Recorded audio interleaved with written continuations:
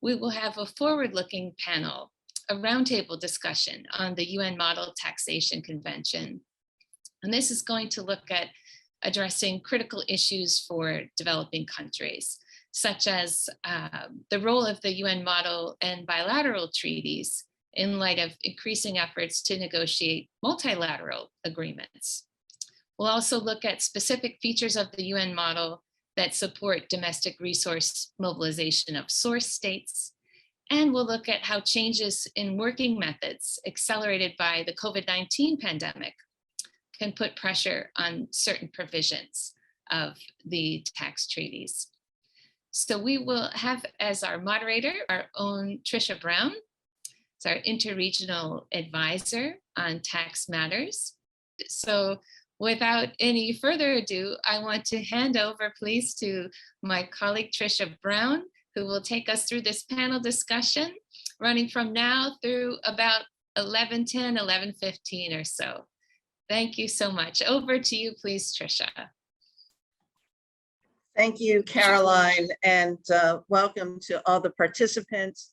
We're happy you're joining us today, and we hope that you will post questions in the Q&A, not the chat, that's not available to you. But if you post questions in the Q&A, we very much hope that we will have time to get to all the questions at the end. But we want a lively discussion here. And as this is a capacity development event, we want to be helpful to you. Stepping back a bit, I would say while we are celebrating the 2021 version of the UN model, as you've heard, the new membership of the committee, although it's almost a year old at this point, the new membership of the committee is deep into its work on the next update to the UN model. But before we get too involved in technical drafting and policy disputes, it's worthwhile to step back every once in a while and say, why is it that we have a UN model, and how does it serve the needs of our member states, particularly the least developed countries and other developing countries? I have a great panel to talk about this topic. So we have two current members of the tax committee. Ms. Kapembwe Namayembe Sikombe has been the principal budget analyst at the Ministry of Finance in Zambia since 2018. In that capacity, she is responsible for coordinating and supervising the formulation and analysis of international income and value-added policies. Then we have Ms. Mia U, who is the Deputy Director General of the Internal Revenue Department, the Ministry of Planning and Finance in Myanmar. She has held a number of responsible positions within that department over time. Then we have Armando Larayafar, who leads the International Tax Group within KPMG's Mexico office. And Armando was chairman of the UN Tax Committee from 2009 to 2017. And he has also had positions with the OECD, the World Bank Group, CIAT, the IMF. And so he brings a wide range of experience to today's discussion. And then finally, we have Mr. Christian Kaiser, who's the global head of tax and corporate vice president at Siemens. He's responsible for the global Siemens team of 690 tax and customs experts. Mr. Kaiser is the chairman of the Tax Commission of the International Chamber of Commerce and has been in that position since 2014, and also holds leadership positions with the Commission of the German Federation of Industries, the German IFA branch, the Supervisory Board of WTS AG, and is a member of the Advisory Council of the Belt and Road Administration Cooperation Mechanism. So, as I said, we have a great panel, and we're going to jump into it, and I'm going to mostly get out of the panelist way.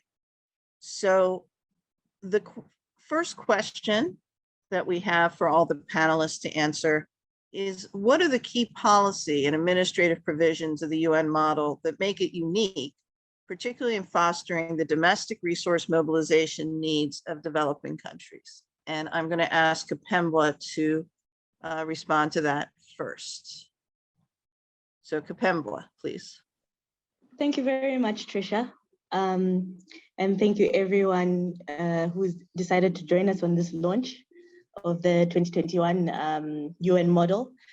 I think in its title, the policy provisions and administrative provisions of the UN model stand out. The fact that the UN model is explicitly targeted at addressing the needs and the challenges that are faced by developing countries is unique. I think, especially as a front runner, the scope of the UN itself and the access that the UN platform gives to this model is extremely unique, and it helps countries like myself that oftentimes inherited many of our tax treaties from our colonial masters. So for example, here in Zambia, we have 14 out of 22 treaties were signed either just before independence or just after independence.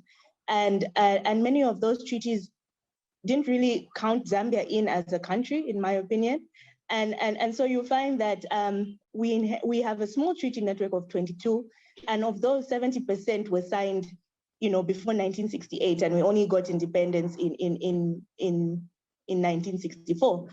So having the UN model, that's sort of a safe model that is rebalancing the taxing rights of the very first and initial models, and also putting in all its products and in the commentaries alternative views that give developing countries negotiating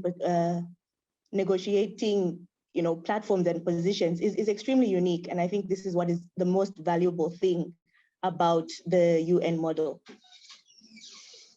Thank you. Thank you very much, Kapembwa. Mia, you wanted to respond to this question as well. As a developing country, my perspective is Myanmar. According to my experience, Myanmar DDA follow UN Model Treaty rather than OECD model. Why? Between UN model and OECD model, there are substantially similarities, and also they have significant differences also. UN model is considered to provide stronger source taxing rights, and it in itself could be a policy consideration for Myanmar, my country, when negotiating or renegotiating our treaties. Generally, OECD reflect the objectives of European countries to limit taxing right of the country in which they are investing. On the other hand, United Nations model modify OECD model to emphasize the need of the importers of the capital and technology. So I think this is the beauty of the UN model, as Micah mentioned, and also it make it unique. That is my perspective. Thank you. Thank you, Mia. Armando, I thought you wanted to add to this. Yes, definitely. And thank you so much for everybody joining to this launch that is very important. As an international tax event, and take into consideration the importance of the UN model, we need to remember, well, the UN model is a response for developing countries in order to see how they can see a balance in relation to a negotiation of tax treaties. And this is something that has been the value of the UN model. And that's why the UN Tax Committee has received more resources in order to develop more policies in relation to what is the needs from developing countries in order to face the challenges of the new economy that we are facing. So with the idea always to try to avoid double taxation, but also to protect the tax base in the source country, that has been the philosophy from the UN models since 1980, when we start with this specific work on relation to this balance that we need to face. I have to say that in my past life as a treaty negotiator, I see in 70% of my negotiations on the table the UN model as a base of the negotiations with many developing countries and emerging economies. Why? Because there's a lot of concerns now that we have to face in relation how we can protect the tax base, but also as we have said, the UN model has made certain adjustments in order, of course, always try to keep this balance and try to say, well, definitely there is income that is generating for us in a source country, but we need to provide certain elements in order to provide relief in the double taxation area. Of course, there are some steps that they have made in relation to some protections in relation to investments, such as to include certain arbitration clauses, etc., that can be probably improved in certain ways.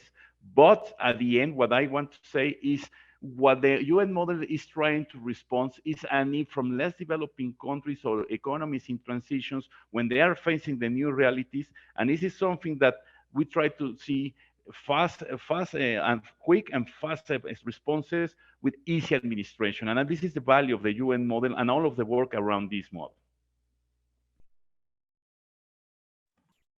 Thank you, Armando. So what you're saying, which makes sense from your different perspectives, is you're trying to balance domestic resource mobilization and a good investment climate. So thank you. I think we'll come back to that. And now that's an excellent segue to Christian and his comments at this point. Thanks, Tricia. And I'd like to build on especially what Armando said, because from an industry perspective, what we are looking for is certainty. When we are doing cross-border business and when we are in for cross-border investment, certainty is key, because that will allow us to calculate and to see what the effect of our investments will be in other countries. And in that regard, it's very important that a model such as the UN model is, as Armando just pointed out, used by 70% of world's jurisdictions as a starting point, because with this consistency in the starting point of model negotiations, what we will achieve is consistency in then the various bilateral treaties. They are deviating from each other, but they have the same starting point. And we have the model treaty, the UN model treaty, as sort of a reflection of a global consensus of countries, especially of developing countries. So with this as a starting point, we know sort of that interpretation and application of those similar treaties, because they have a similar starting point, will be comparable. And with that, for us, we create certainty, because we can better foresee how a specific bilateral tax question will be treated under a treaty that builds on the United Nations. Certainty is not a value for itself. It is for us to avoid double taxation. And there I'd like to point out one thing which I believe in the future will be very important to always keep in mind and to consider. The business of business is not business. You all know this famous saying, business of business is business, but this is not true. And it's not true for a couple of years. We are so much more than in the past looking for an all-encompassing approach where we take into consideration various aspects of all our stakeholders, where purpose is an overarching topic. And in that regard, we look for how to achieve the United Nations Sustainability Development Goals, the SDGs, ourselves.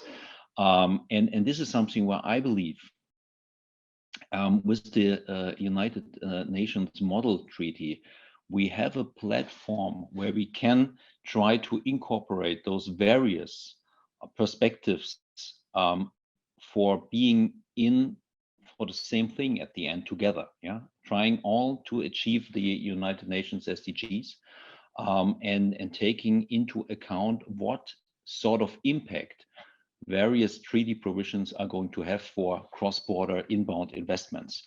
Are they helpful? Are they maybe deteriorations?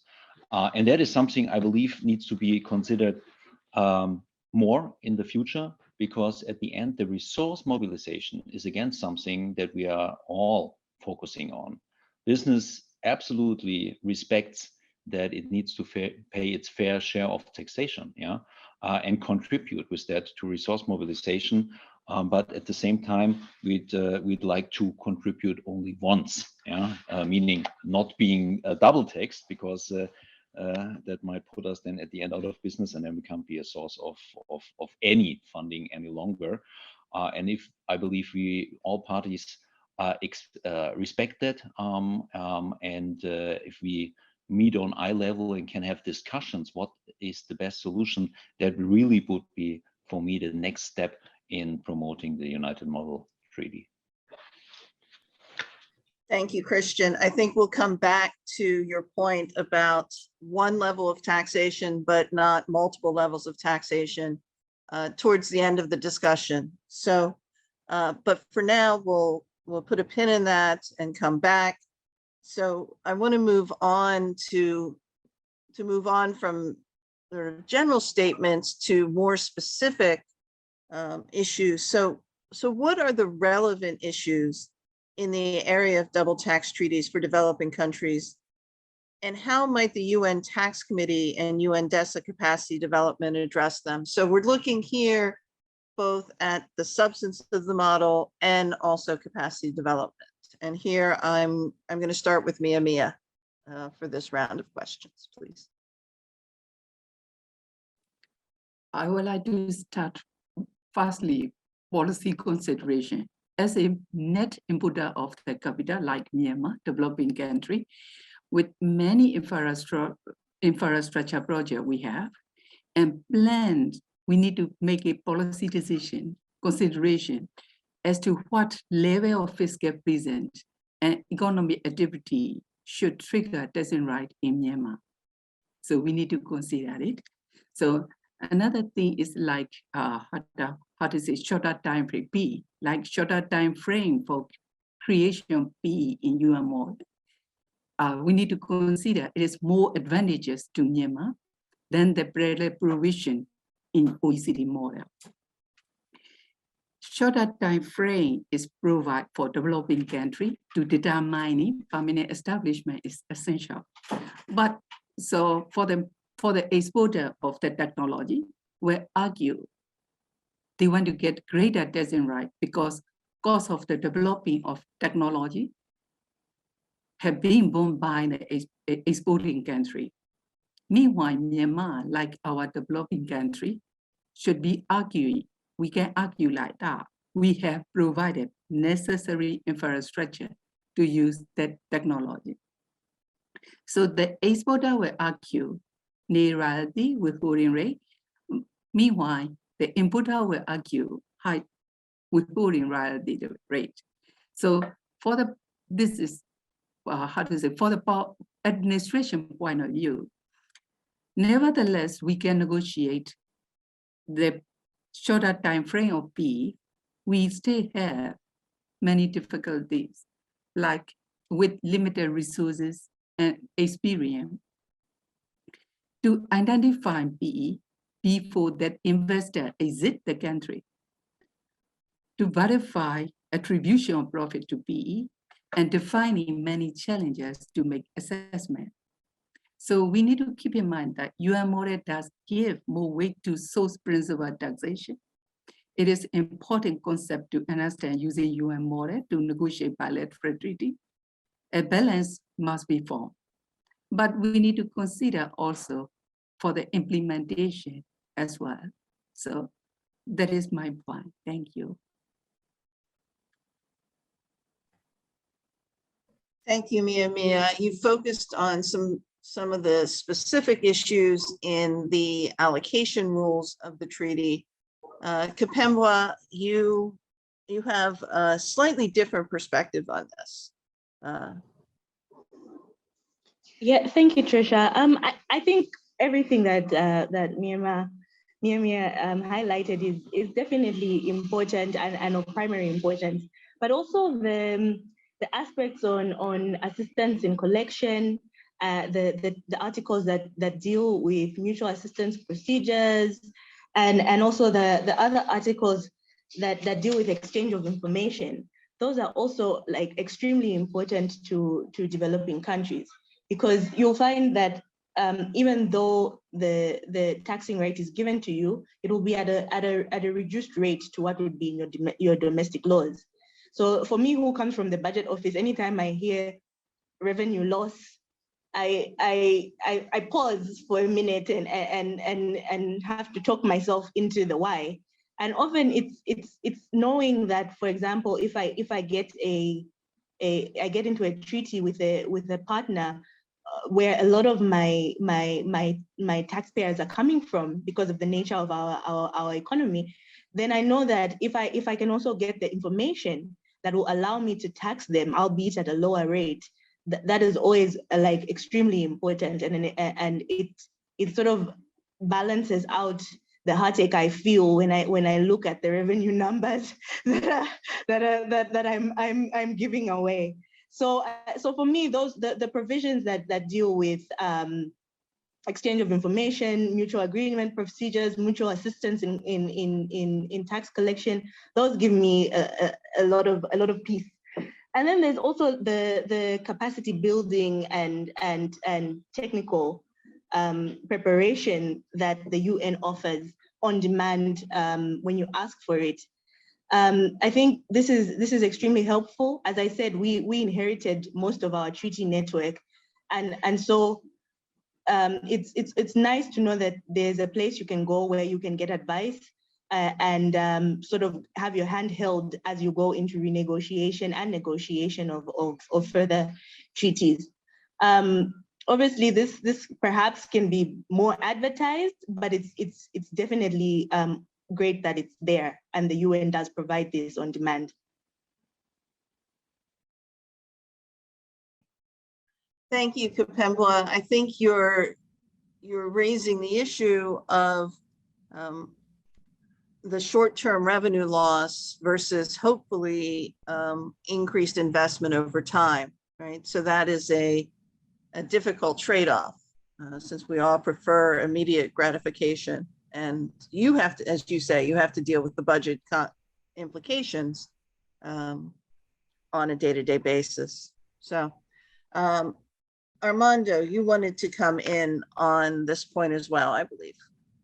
Yes, thank you, Trisha. And one of the points that I want to raise in relation to the UN model is because if we see the history of this model, the model has been a tool where we want to obtain certain answers from the international community on particular matters that there are big concerns from developing countries. And one of the best examples that we have seen is all of the changes that we have made in issues related, as Mia has said, in permanent establishment, fees for technical services. Now the new Article 12E of the UN model. Basically, what we recollect from the experiences in relation to dispute resolutions. So and now, for example, there are another discussions that can be capital gains, royalties, because there are situations that they are the day-to-day business of the tax administrations, and in that regard, that the UN has generated is a discussions in order to provide alternatives in two visions in relation how we can manage those concepts. For example, the best example that we can have in front of us is the fees for technical services. There is a provision that provides more source taxation rights to the developing countries, but also there is another provision inside the UN model that says, well, if you cannot reach an agreement on that part, well, this can be the result in order to achieve balance in the negotiations between a developing country and developed country. And basically in several items, what we have seen is exactly the same proposals. And this policy has generated that in the OECD model as well, we are finding more alternative provisions in relation to that. But what is very important to point out, and probably this can guide us probably in the next questions that we will have in front of us, the UN model at the end does not try to make a big change in tax policy of countries. We are facing now times where the world has decided to have a dramatic change in relation to several tax policies that will affect several countries. We are facing situations where now the territorial systems are on the hook because the new rules that we want to implement around the world will be definitely affect all of these countries. Several tax incentives with the purpose in order to develop economies, to develop employees in certain relations, to have investment on assets will be now probably it will be something on the revision due to the fact that now we have in front of us and a new solution that is on a minimum tax. All of these things, for example, is something that we don't have in the UN. In the UN, we try to particular focus in certain specific items, but the multilateralism is moving so fast.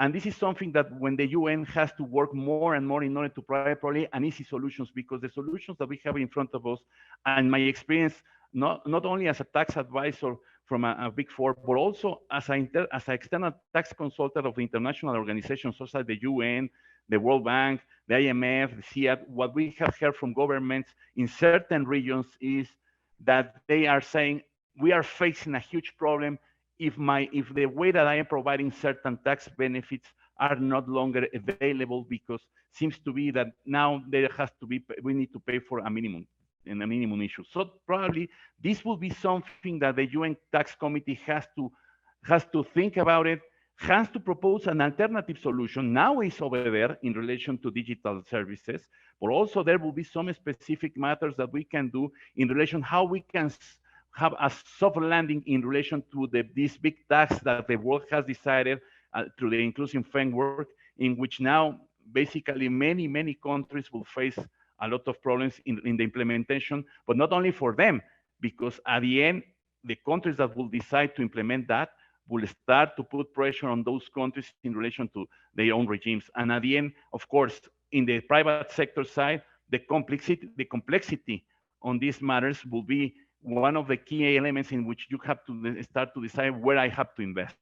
So that's why I believe that is a unique opportunity now for the UN model and the UN Tax Committee and all of the capacity building group try to achieve an answer, probably an alternative that probably it can be very ambitious, but how we can come up with a balance again with certain regimes that they are not harmful because they are created to attract benefits, to produce development, to try to develop certain specific zones because the budget of the countries are not enough in order to provide assistance, or what will be the other way in which we can have these solutions and not to put at risk the stability, the economic stability in certain regions in the planet.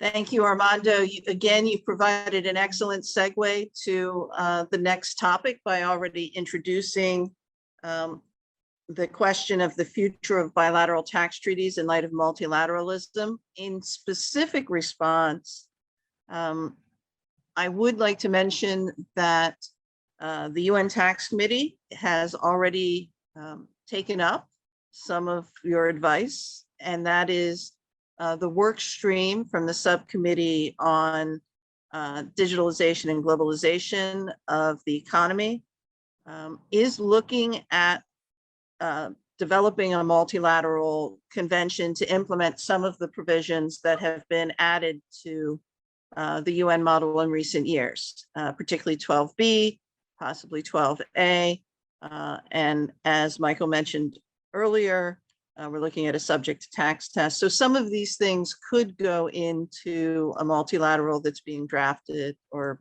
anticipated to be drafted by the UN Tax Committee. So we are working on this. Kapemwa, I know you had some thoughts on multilateralism and bilateral treaties. Thank you. I find Amanda's comments very thought-provoking. Coming from a more high-tax jurisdiction, I'm actually grateful for one of the pillar solutions for finally getting closer to my natural state. And I understand that there are many developing countries that built their developing model on sort of creating safe harbors for companies to invest and protect their investment rights. But I tend to have a different opinion, because I feel like for resource-rich countries such as mine, where we have products that attract investment and they're location specific, then getting into a multilateral instrument is getting into the multilateral instruments that are currently available is somewhat less beneficial, because when we get into a bilateral negotiation, we're often able to bargain on the fact that the investors from other countries are coming to Zambia, to our countries, for specific things that they can't get anywhere else. And so in other articles that are currently not on offer in the multilateral instruments, tax instruments that are available, you can negotiate. Whereas if you get into a multilateral instrument, and the current ones are mostly focusing on issues of treaty shopping. So you find that they're getting into issues of treaty shopping and base erosion from that perspective, and those are the articles that are on offer on the table. But the issues that are of primary concern to a country like mine are not on offer. So you lose your leverage when you get into a multilateral instrument. And it would be interesting for me when the UN does come up with a multilateral alternative that puts articles like Article 12B on offer, to see how many, as Maimau says, how many capital exporting countries will sign up onto such articles.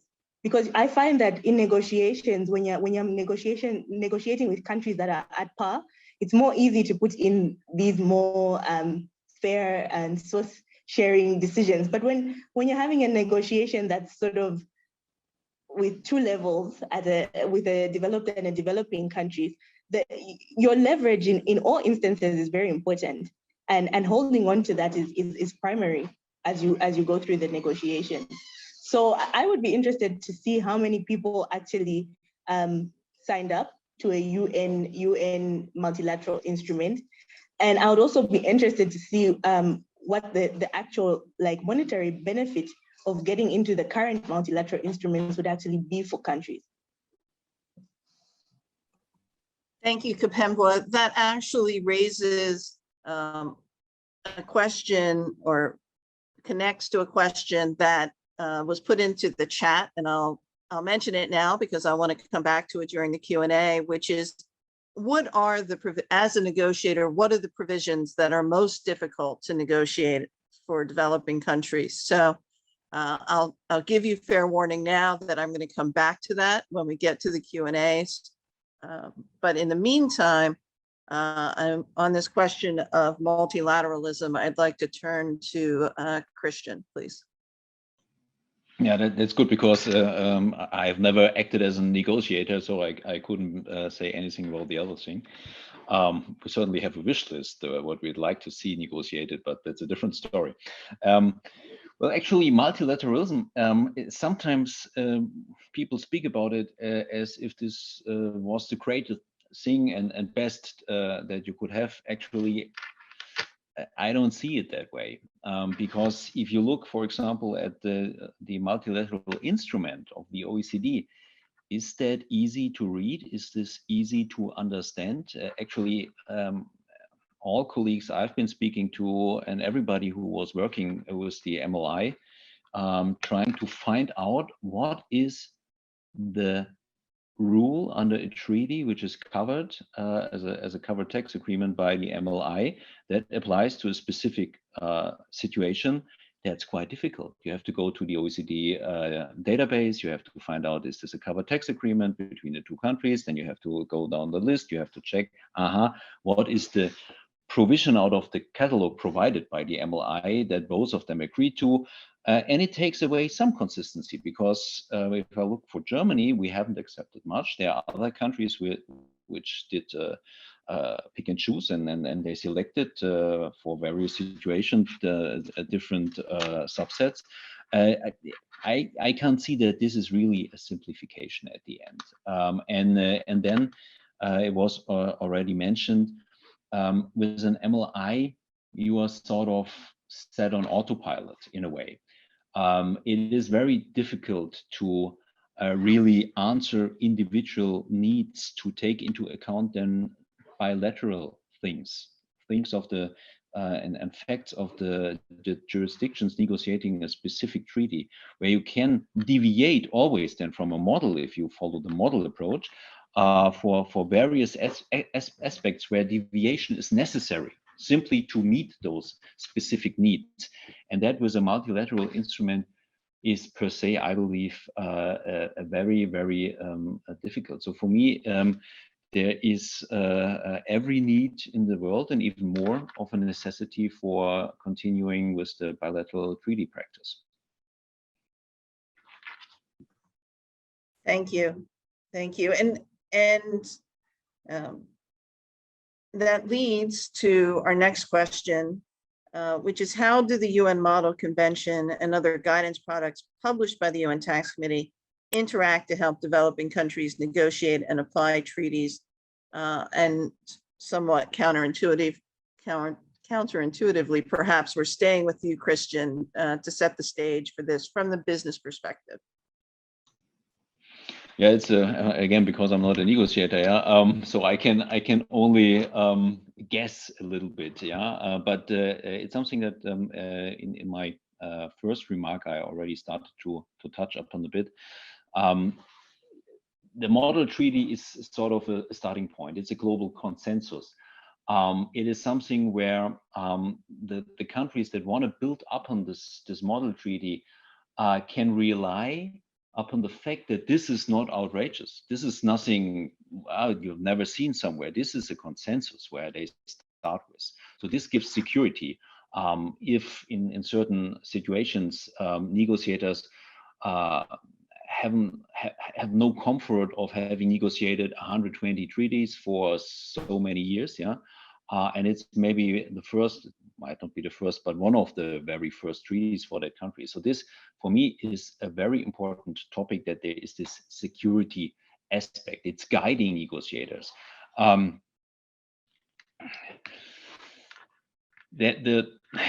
The application of tax treaties, that's certainly a different aspect. There, the commentary is certainly very important, because for applying abstract rules like we find them in a treaty, you need to interpret them. Otherwise, they could never be abstract rules if they were very, very concrete. And there, a commentary is a very helpful resource. So this joint understanding, at least to some extent, of how to interpret the rules is the bridge to applying these rules.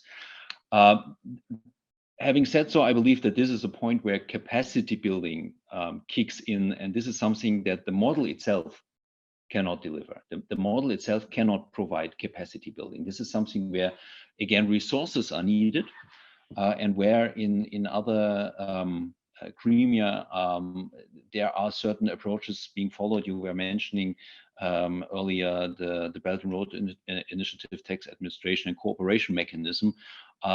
They have a capacity building program, for example, which encompasses treaty interpretation and application. So I believe this is then the next step that needs to build up on the model. But again, a model as a joint starting point allows for capacity building, because you don't have to tailor-made various different courses for totally different treaties. You have a starting point where you know, there's a permanent establishment, and we have a common understanding of what that is. Even so, some countries might deviate in terms of the amount of time needed to have a PE recognized, or certain sub details, but you have that joint understanding, and this is for capacity building a starting point. Otherwise, we would be in outer space. Thank you, Christian. Kapembwa, we're going to come back to a couple of your points in a few minutes, but Kapembwa, you had some comments you wanted to make about this on this. Thanks, Trisha. I think Christian has covered them actually, because the biggest guidance products that help developing countries are especially in the commentaries, the alternative positions, because sort of as you walk, and then also the manual on negotiation and the manual on transfer pricing. So as you go into a negotiation already, despite maybe it being your first one, as Christian pointed out, for many of us, we're young populations with sort of, my mom said how, you know, you're getting into this for the first time. You have all the alternative positions and you're able to prepare yourself mentally for all the alternative arguments that may be presented to you. And also your concerns are validated by the fact that they're present in the UN model. And so as you go into the negotiation, that definitely gives confidence to a negotiator from a developing country. And also it gives confidence to the competent authorities when they have to give rulings on particular issues. It's not just a matter of domestic law. It's now elevated to the realms of international law. And even as a competent authority tries to give a ruling that may be challenged in the courts of law, you feel that you're standing on firm ground because there has been a discussion around this and a sort of international consensus regarding these matters. And I like to say that when you dive into international taxation, it feels like even as a tax person, you may have been in your tax administration for a long time. But in a developing country, at least mine, it sometimes feels like you're being dragged into the global economy and asked to skip many steps in your developing countries. You're asked to go 100 years into the future, and it's really not something that you're dealing with on a daily basis. So really having the United Nations model, having the transfer pricing manual, having the guidelines for the negotiation of double tax agreements between developed and developing countries, all those tools put together, if you have the time and the team to do it, they're extremely beneficial and extremely helpful for developing countries. Thank you, Kapembwa. Armando, you have some experience with capacity development, so I know you wanted to make some comments here. Yes, definitely. Thank you, Prisha. And well, in my experience, when I was the chairman of the UN, I participated in a lot of workshops that it was very good to see a collaboration between international organizations, the OECD, the CIAT, sometimes the World Bank, sometimes the IMF. So this is something that I believe that this part of cooperation is necessary in order to provide good technical assistance to basically to developing countries, because one of the points that we have seen several times, there are a lot of countries that they don't have treaties, or they have a few amount of treaties that they negotiate probably in the past for different reasons, for wrong reasons, etc. And when we start with this globalized world in which we have seen that there are more and more needs in order to provide not certain, because it's important to say legal certainty in relation to the investment, the treaty, it becomes a very good tool in relation to that. But one of the points that we need to understand, and this is something that the workshops have focused more the discussions, is why you need a treaty. What is the reason that you enter into negotiations? Do you understand what will be the consequences of the treaty in the interaction with your internal law? For example, you cannot generate harmful effects for the negotiations in the treaties when you enter into interactions with your certain provisions of your internal law. So the thing here that I believe that is very important to keep in mind is definitely we need to, the UN has to produce more and more workshops and capacity building. There has been a very aggressive programs since 2005, 2006, where when we start all of this capacity program, 2008, Probably what was the year in which we see that the blast of many cooperations in relation to the UN model, etc. The capacity building group started to grow up, and the most important part, they attract a very good talent in relation to that in order to provide this capacity, to transmit the knowledge to the young men and women that they are receiving now for the first time the responsibility to enter into negotiations. It is the thing that we've seen all the time. One of the important points here is we need to provide good tools that they understand what they are doing, what will be the implications of that, but also it's very important to keep in mind that we have to prevent the abuses of the law, the abuses of the treaty, but this cannot become as a not application of the treaty. So an anti-abuse rule cannot become an anti-use rule in that regard. And this is something that we are facing in several jurisdictions where we've seen when they start to say that, well, you want to apply treaty benefits? No, this is a harmful effect, or you are putting an aggressive tax planning, etc. when the treaty is over there. So that's the balance that the UN's capacity building has to provide to all of the tax authorities. Treaty benefits are there, and the reason to exist of them is because we want to promote move of capitals between countries. But the point here is to comply with the requirements of the treaty and grant the access of at least tax treaties. So that's why it's very important. The first decision, if I want to enter into tax treaty, I know what will be the consequences, what will be eventually the tax loss collection that I will have. Probably I will provide more a good atmosphere and the environment in investing in my country, but also I need to have authorities that understand how we can apply the treaty, in which cases I have to deny the treaty benefits, and also in cases where I have doubts, probably start conversations with the other tax authorities in order to come up with solutions that can grant the integrity of the treaty. This is something that I believe that this is the most important part in the capacity building area, because now we have seen in many countries, in certain regions, that when you want to apply treaties, you are facing the problem that they are saying, this is an aggressive tax planning. No. The treaty is saying that. Probably the result is not convenient from your point of view. I respect that, but this is the thing that you negotiate. So that's why the capacity building has to cover all of these aspects. The UN organization has made a lot of efforts to do that. The OECD as well, other organizations in all of the consultancy services that provides the IMF, the World Bank, the CIAT, the Inter-American Development Bank, the African organizations, and the Asian Pacific organizations they are keen to do that material in order that we can have this good balance how I can apply treaties, in which cases I have to grant the benefits, in which cases I have to deny the benefits.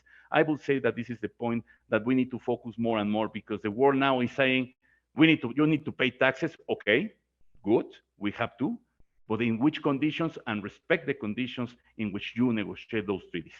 That would be my comments. Thank you, Armando. You wear all of your many hats very well. So, thanks. And I think that just incorporated all of them. Mia, I know you wanted to make some comments here. Thank you, Tricia. So for the UN model, all of my colleagues, panelists already mentioned, it is practical guidebook. It is the last resource for the developing country. It is really, really useful for treaty, not only for the treaty negotiation, but also for the treaty implementation.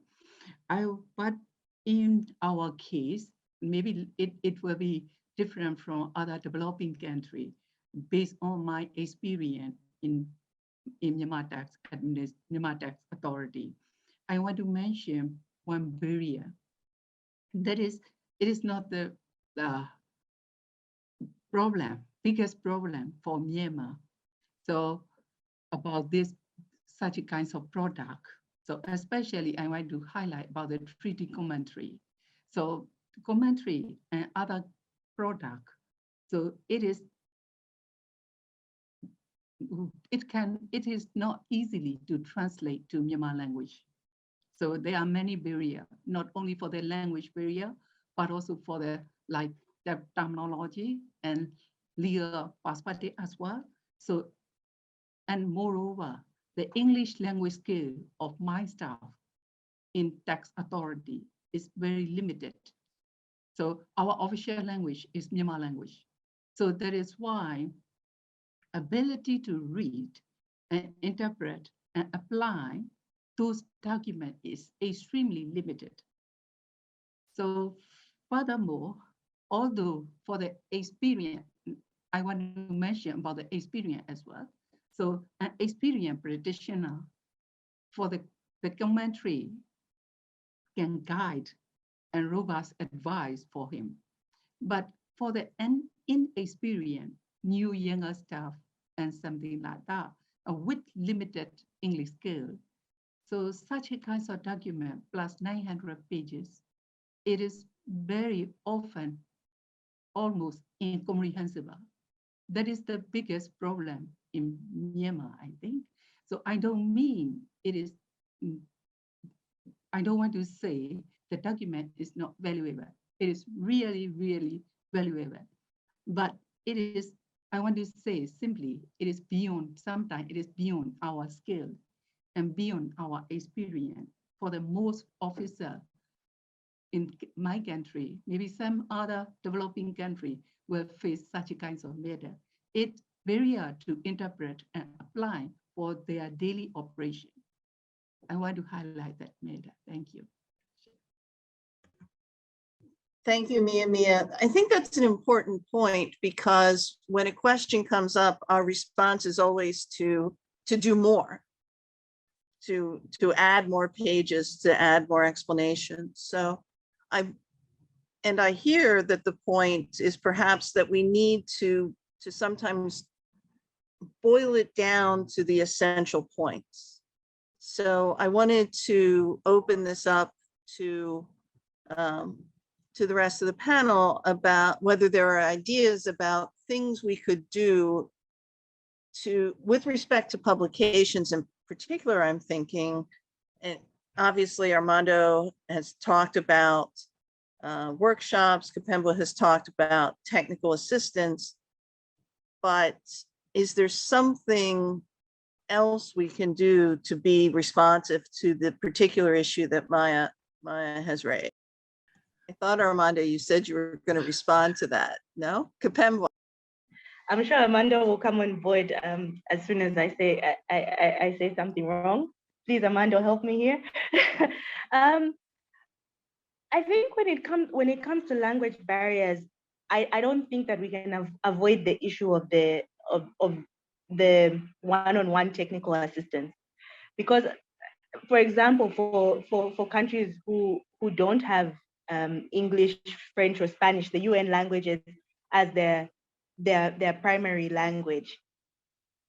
I mean, first of all, just diving into a text that is English must be a challenge, and then diving into a technical text that is English must be even more, more challenging. So I believe that in these instances, Trisha, honestly, the one-on-one interactions, and then maybe recording of these interactions with the technology that we have now.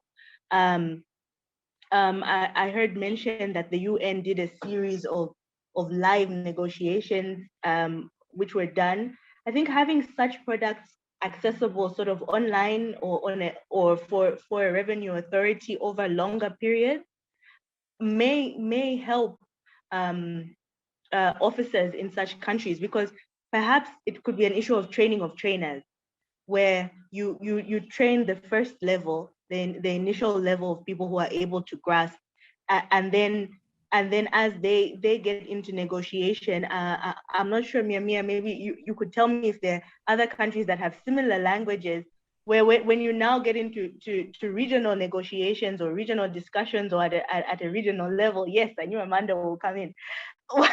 Once you get into that, then now you record the sessions that are in more familiar territory, in more familiar language, and the bottom line, as everyone has said, is that you basically have the model the standards in terms of the articles and the items of income. You're going to discuss that. And so there'll be no deviation from that. But I think making use of the technologies that are here, of the video technologies, the webinar, and so that we can hold this information in an audio video mode and hold that information over a longer period and have it accessible to the entire negotiation team may be helpful, Trisha. Thank you, Kapembwa. Those are helpful comments. Armando, I knew we could count on you.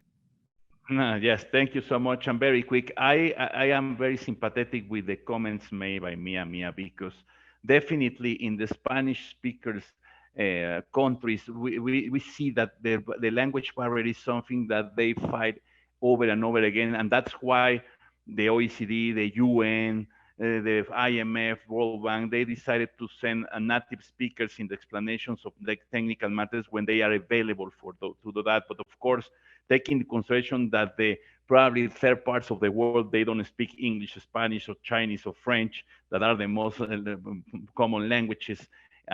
This is something that is a challenge. So the idea to have, for example, what Kapemba has said in relation, if we can have probably more face-to-face meetings in a bilateral way from international organizations, is something that always is on the table. Probably there won't be a person that can speak the native language of the given country, but at least there can be other ways in which you can provide simultaneous translation, etc. Because I agree on that. There are some specific items, technically speaking, that are very difficult to understand when is not your native language.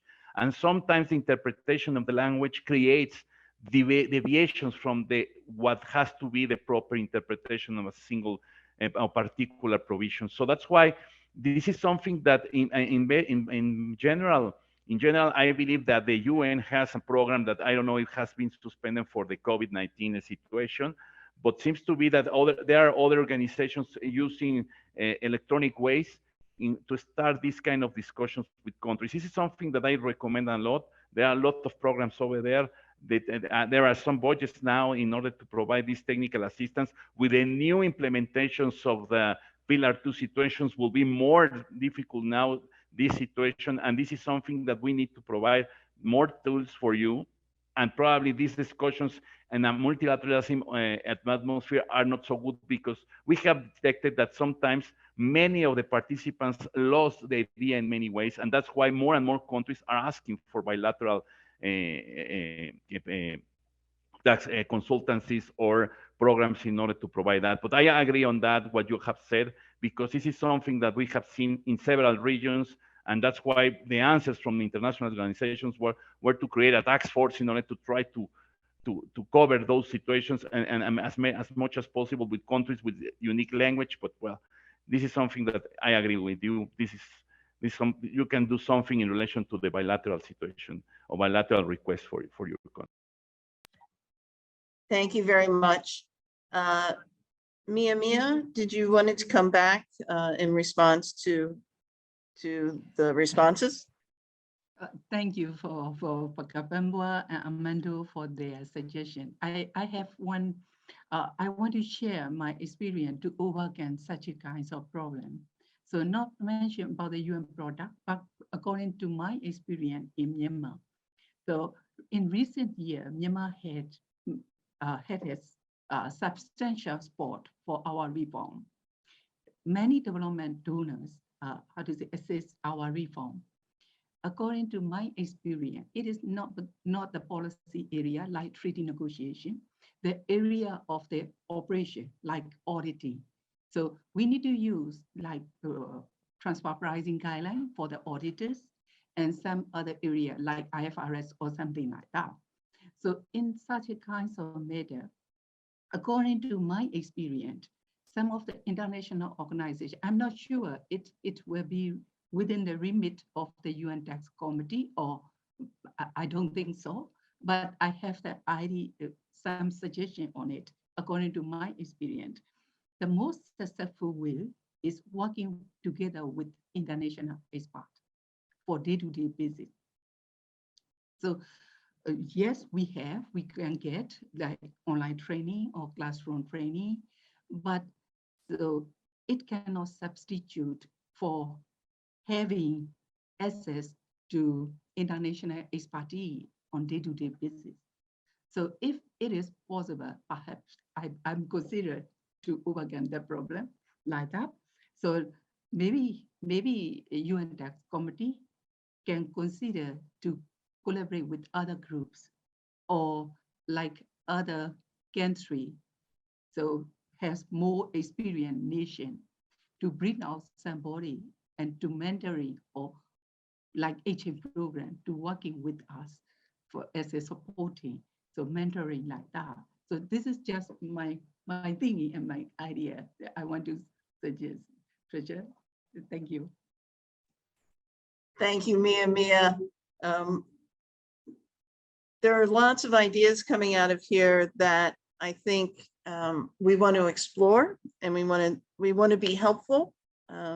It's actually sort of in my job description and job description of our other interregional advisor, and of course, we all support capacity development. So I think we will. I'll take this back and discuss internally how we can address some of the many suggestions that have come out of this discussion. So thank you for that. We have a few more minutes and luckily just a few more points. So the final question, I think, in our program was, what are the challenges brought about by the COVID-19 pandemic for the UN? Christian, you were going to come in first on the response to that question. Well, actually, the challenges for the UN model, those are challenges that derive from applying the model rules and treaty rules to situations created under the pandemic scenario. And under the pandemic, what we saw is that apparently in a lockdown, people continued to work, but they worked remotely. It's no issue if they work remotely in the country of residence of their employer. But unfortunately, some employees were locked down in transition somewhere, lost in translation in a way, on their way back to their home country. Others wanted to help out with their family, wanted to stay with their older parents. Some simply said, well, if I'm working remotely, why can't I work from my vacation house somewhere? Or why do I have to work from this country? Can't I work from somewhere else where maybe the situation was a bit better with regard to the pandemic? So all of a sudden,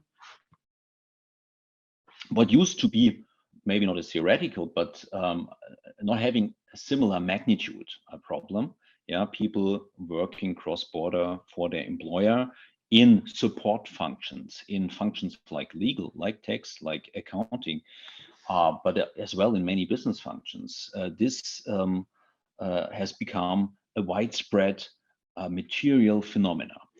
And for us as taxpayers, I mean, the question really is, how are we going to treat these situations, these cases? Do we have to register a permanent establishment? Is this employee sitting in Mia's country, working from there because he's stuck and can't travel back to his home country in the pandemic? Is that guy creating a permanent establishment? Do we have to register this permanent establishment? Do we have to withhold wage taxes? And I mean, this is only tax. The real troubles start when you start talking about social security.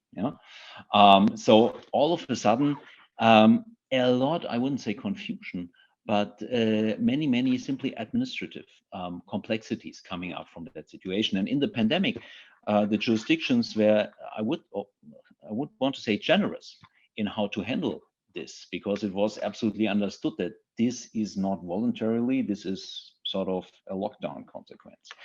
Now, all of a sudden, after or phasing maybe, hopefully, out of the pandemic, this will stay as what we already call the new normal. People do want to continue because we have seen it works, and it's maybe more efficient, and it might even help to achieve some of the United Nations SDGs, because if you have less travel, because people can stay where their family is, yeah, and they don't have to travel all the time because they can work remotely, apparently there is less travel, and with less travel, less pollution. So it's something really to think about and to strive for. But it brings the complexities of how to handle that. We can't register permanent establishments everywhere around the globe for having maybe 1 or 2 or 5 employees work from that country.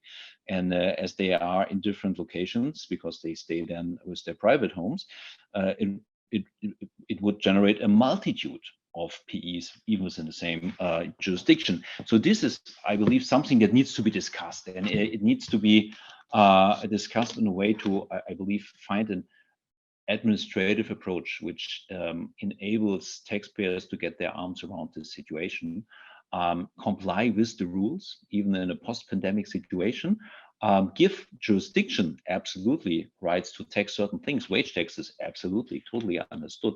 But the necessity to have a permanent establishment in each and any of those cases, I would think that this is something that can be discussed and should be discussed, because otherwise companies and with their taxpayers will not allow their employee force to go for this remote working option, and I believe this would be a chance really missed.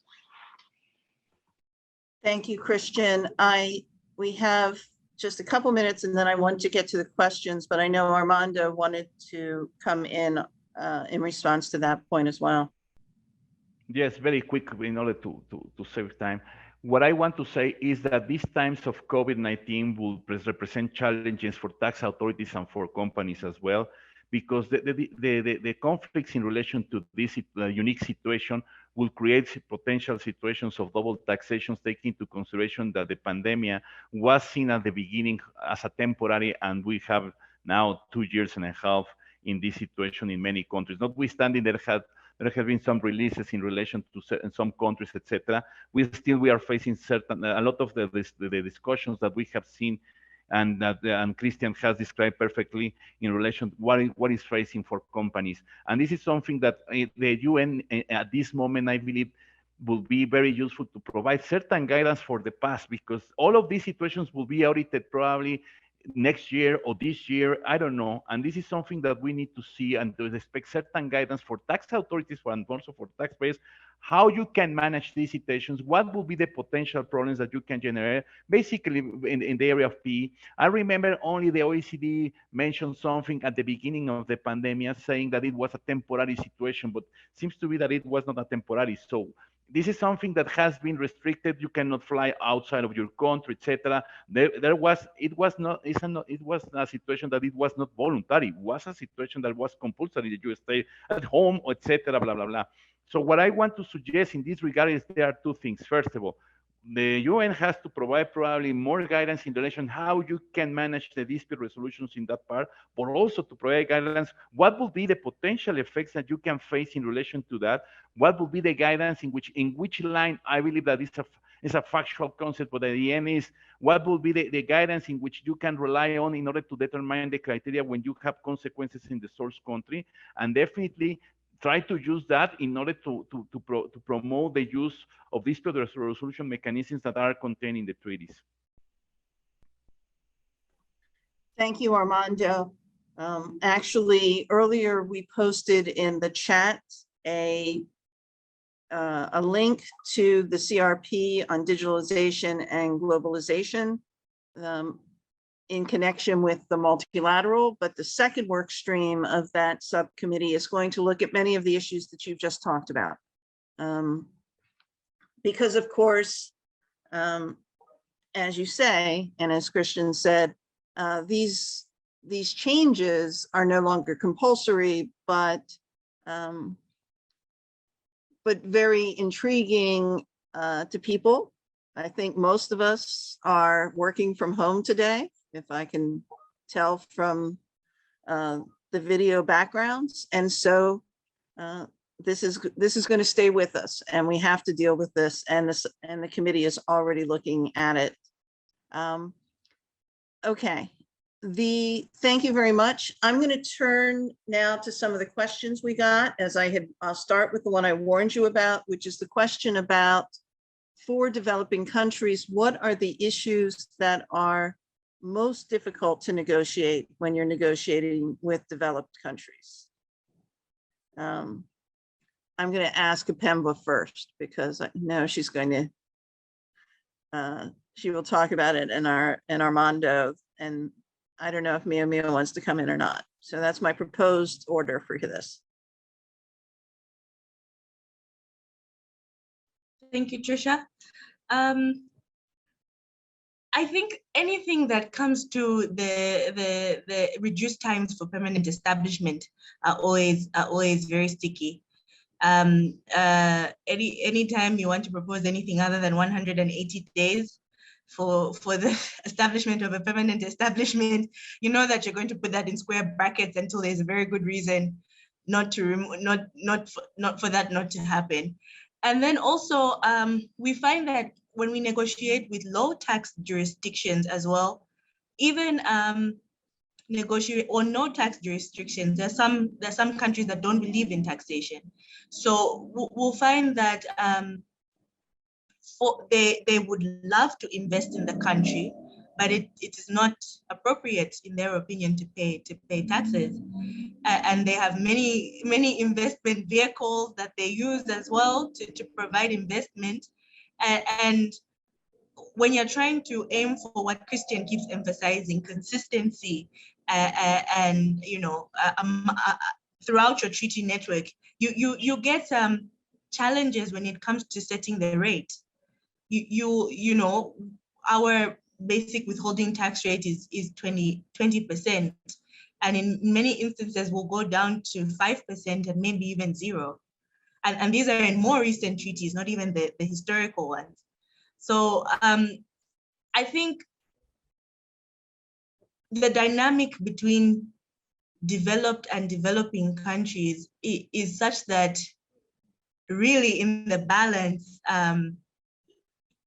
I guess you end up just hoping you get a little bit of something, but because you already know in terms of the rate, you already know that you're moving from 20 to a lower position. So I think those are the more challenging negotiations. And I'm sorry, I haven't been specific to an article, but if you look at things like dividends and royalties and all of those sort of, fees for technical services, all of those specific articles where you have to negotiate the rate and you have to negotiate some of the timeframes, they're always a bit challenging.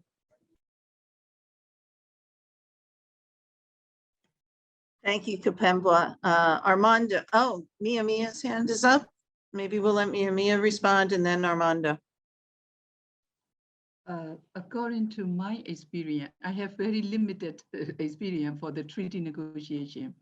But my thing is, it will be depends on the treaty partner that who we need to negotiate. So, for example, the country like Thailand. So when we negotiate it, so generally PE interest royalty, it will be very difficult article to negotiate with. But like international traffic article 8, Thailand and Myanmar, so we mainly depends on their airline. So that is why it will be sometimes difficult, depends on the negotiating with which country. So let's say, according to my experience, Laos. So Laos period, they have no waterway. So that is why we don't need to discuss about difficulty for the shipping.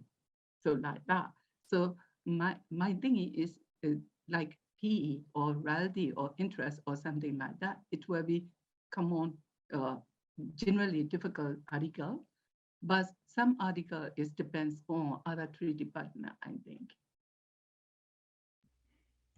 Thank you, Mia. Armando. Yes, thank you. Probably for me, the most difficult part that I have seen in my times of treaty negotiation was when for example, for one side, some specific countries wants to have PE for every single case. And when you are started to say what will be the attribution of profits of that PE, there is no answer at all. So in order to increase source taxation rights, rights in certain matters does not grant to a country to increase the level of tax collection. This is something that I have seen several times. One of the points as well is when they want, there are some countries that they would like to see certain source taxation rights in certain particular matters in royalties or interest. But when you started to ask what is the situation that they want to cover, what is the situation that has that creates concerns for the tax administration, there is no answer at all. So when you don't receive the proper answers, is when then a trading negotiation will become very difficult, because we need to stand each other the needs in order to get a balance. When the answer is because my internal legislation is saying so, and I need to put it in the treaty, this is not a proper answer, because one of the points that I have said in some negotiations was, okay, we say that the treaty only will be applicable when the internal legislation for X country will allow to do so. So that's why this is something that we cannot, this is the things that we are facing in several, and with developing emerging economies, developed countries, it's exactly the same situation. So for one of them say, I have this fixed policy, I cannot change, etc. No, it's an imposition, it's not a negotiation. I believe that basically the vast majority of the issues will be, first, what is the point that you want to achieve?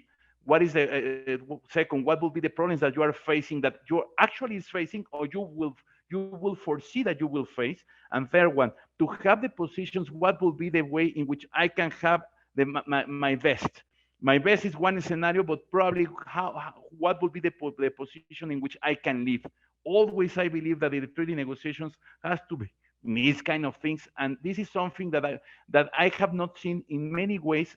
When we have these workshops in relation how to negotiate treaties, we start with the changes, etc., and to modeling what will be an a treaty negotiations. But sometimes it's more than that. We need to talk about the other aspects of the negotiation, such as how you have to transmit ideas. What is the way that you have to structure your positions? What is the way that you can understand what they are requiring from you? Because when you see these situations, it's when there can be probably the technical matter is not the big one. It's the personalities of the negotiations that they cannot reach an agreement because they start to have a confrontation directly. And this is something that I believe that it will be very useful tool to have a workshop in emotions. We have intellectually smart in emotions. And this is something that we have to probably to work more on that in order to have a very good treaty negotiations in that regard. This will be my comments, please. Thank you, Armando. We have a question from Algeria and asking, how can we implement the UN tax model without renegotiating tax treaties, such as with respect to software provisions? And is there a need to renegotiate all treaties? So I think this ties back to the point we had about multilateralism, but does anyone want to respond to that?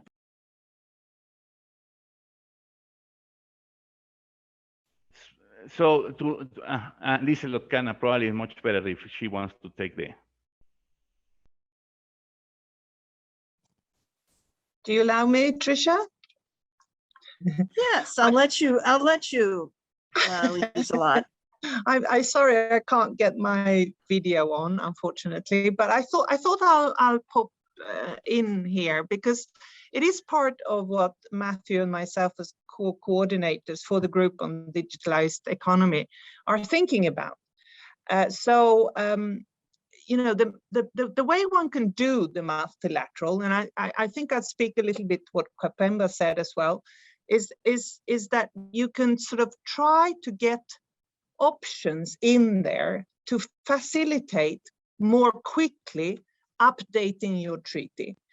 I take Kapemba's point on that you don't want to do a whole multilateral treaty with everything in it, because you do need certain articles, you have certain benefits, and it will depend on your economy, etc. So I don't think we are looking at the multilateral way forward here as sort of completely eliminate the bilateral part. I think in my panel, this presentation, I think there was someone who said that this is the sort of the bilateral way of looking at the, you know, the UN model is looking at, Article 12B as the bilateral way of introducing a digital service tax. And, you can add to that a multilateral way in order for countries to implement it more quickly, because you don't want to renegotiate if you have 50 treaties. You perhaps only need one article to do that. So the idea behind what we're thinking about in the subcommittee on digitalization is to create an option for countries that want quickly to introduce certain articles, which you have mentioned, Tricia, and I think it could be 12A, it could be 12B. I think it's up to us, really. We might get enthusiastic and look at the, on the indirect transfer article or certain software principles. I don't know. I think there are things there that we could think about. I think the most obvious article, of course, is 12A and 12B. Thank you, Tricia. Thank you, Liselott. Always good to have a guest appearance. I think that we are coming to the end of our time. I did want to highlight one of the questions in the chat, which is, I think, an important one, and it's a question that is about engaging with youth. I think that these tax treaties are viewed as very obscure documents. I used to joke that there were about 30 people in the United States who understood what I did. But the question, I think it's important for us, and I won't put the panelists on the spot unless they want to really, these are really important documents for countries that can affect revenues, as Kapemba has pointed out, that need to be administered, as Mia has pointed out. Christian has talked about the consistency and the values that these negotiations bring, and Armando has talked about creating the appropriate investment climate. So they're very key to domestic resource mobilization and SDGs, and they fly under the radar for most people. And so I think that the question of getting youth involvement is very important. I don't know if anybody wants to come in, or because we have 1 minute, and then I'm supposed to hand over. Christian. We'll have Christian. I go for the youth involvement, and I'll be quick this time. I believe what is very important from an industry perspective is to build trust. There was a lot of trust lost over the last decade, I would say, with the BEPS project of the OECD and things you could read in the press, be it Panama Papers, be it LuxLeaks. And this is certainly shaping the perception, especially of the upcoming generation. But it's a misperception in the way that not all of industry is trying to escape from taxation and to not pay their fair share of tax.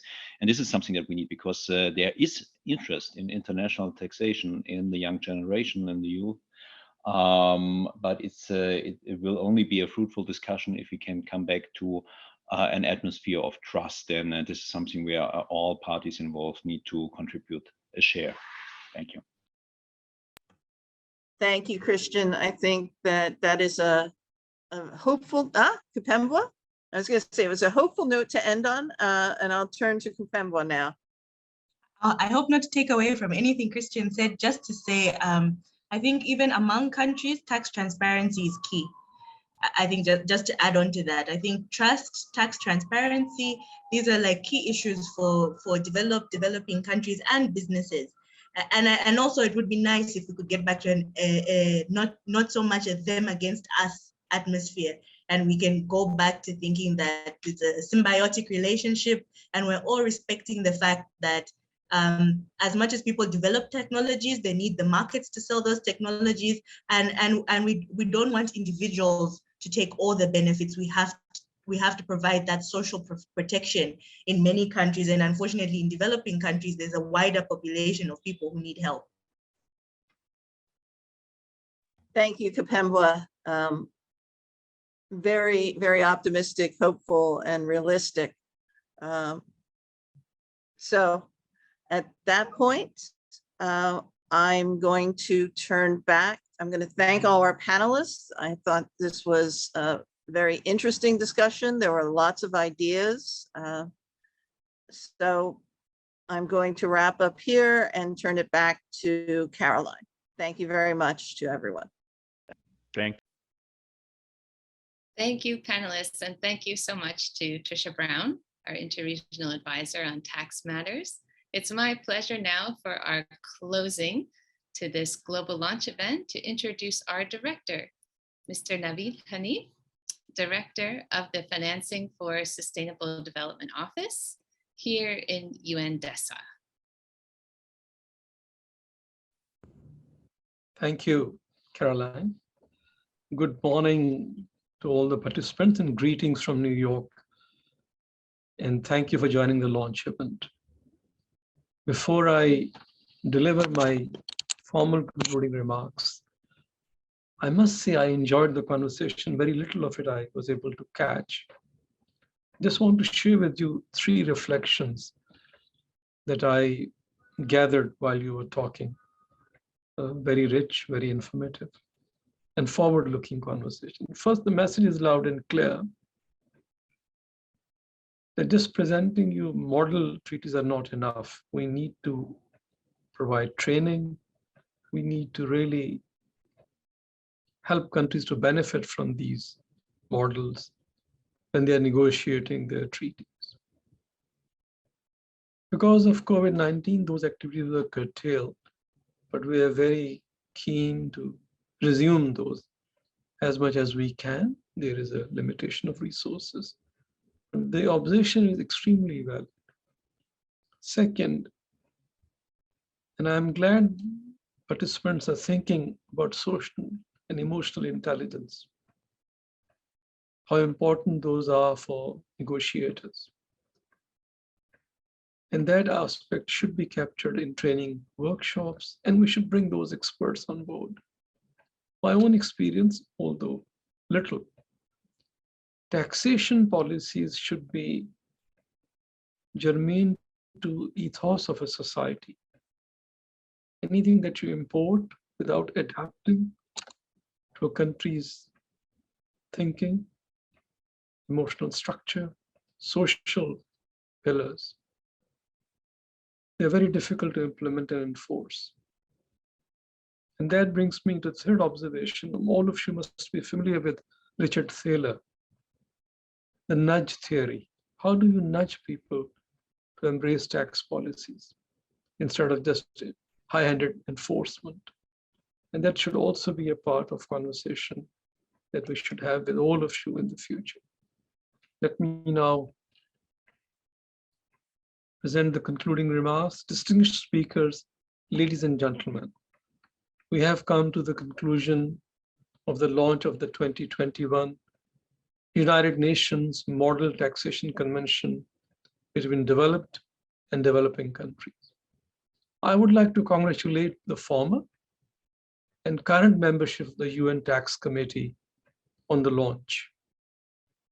I commend the committee for its continuous review of the UN model to ensure that this important publication responds to new challenges, including new ways of doing business.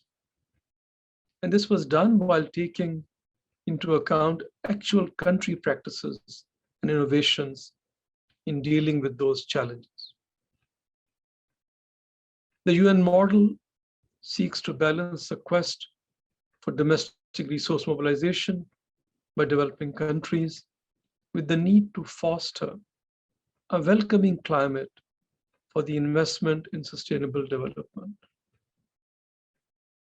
The committee often achieves this balance by preserving in the model the taxing rights to states where income is sourced, thereby promoting fair and effective tax systems for sustainable development. The expert tax voices in the first part of the event drew our attention to new aspects of the UN model, such as those dealing with the treatment of automated digital services, Article 12b, and offshore indirect transfers, plus tax aspects related to collective investment vehicles and pension funds. In addition, the experts underscored the need for tax officials to consider the relationship between countries' domestic laws, which may vary across jurisdictions, and related provisions in the UN model. The engaging and illuminating panel discussion highlighted by the UN Model Tax Convention is increasingly important. Bilateral tax treaties based on the UN model remain the primary means of allocating taxing rights for developing countries because they are especially responsive to the needs of individual countries. The model helps ensure that developing countries are able to put their best foot forward in having treaties that recognize and respond to these needs and priorities. Still, the widespread adoption of remote working methods, vastly accelerated by the COVID-19 pandemic, presents challenges that affect both businesses and tax authorities. Tricia and other participants also mentioned this new challenge. Resolving any competing claims to taxing rights that are likely to result will put pressure on the dispute resolution provisions of tax treaties. This scenario highlights the importance as well as of the practical guidance contained in the new UN Handbook on Dispute Avoidance and Resolution, also produced by the committee membership in 2017 to 2021. The work of the UN Tax Committee helps strengthen domestic resource mobilization and international cooperation in a way that supports achievement of the Sustainable Development Goals in their totality. I would like to convey my sincere appreciation to the committee for the results it has achieved and its continued ambition and commitment to producing guidance that is practical and feasible to administer and responsive to developing country realities. I would also like to thank the speakers and panelists for debating these issues today very candidly and practically and sharing your thoughts and experiences. And of course, our moderator, Tricia Brown, for leading us through this interesting discussion. My wholehearted thanks also go to the Norwegian Agency for Development Cooperation, the European Commission, and the Government of India for supporting the Tax Committee and its subcommittees. Events such as this launch event also go a long way in providing feedback from the diversity of stakeholders. And I must say, the feedback today we received was very useful and helped us in shaping our future work. And this will also feed into the work of the Tax Committee and UN DESA's capacity development activities. Let me end by commending our Secretariat in the International Tax and Development Cooperation Branch, led by Ms. Caroline Lombardo, supported by Michael Leonard, Emily, and a number of other colleagues for their commitment, dedication, and outstanding performance in supporting the committee, the subcommittees, in organizing this launch event. And I'm sure you will also convey your appreciation to their dedication, the way they are delivering high quality. I would like to conclude by thanking all participants for joining us on this special occasion. We look forward to seeing you at the next event. Thank you for your engagement and for your very useful ideas today. Back to you, Carol.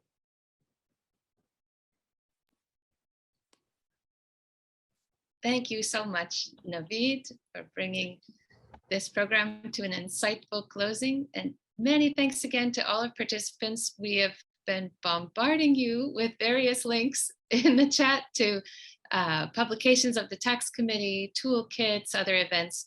We will save all of those links for you and be sending them to all participants by email. So please don't worry about that. You will have them. And we will also include a link for you to the ongoing program for the Financing for Development Forum, which continues through to the end of this week. So thank you so much, everybody, for your time. We look forward to your joining us for a future event. Stay well. Thank you.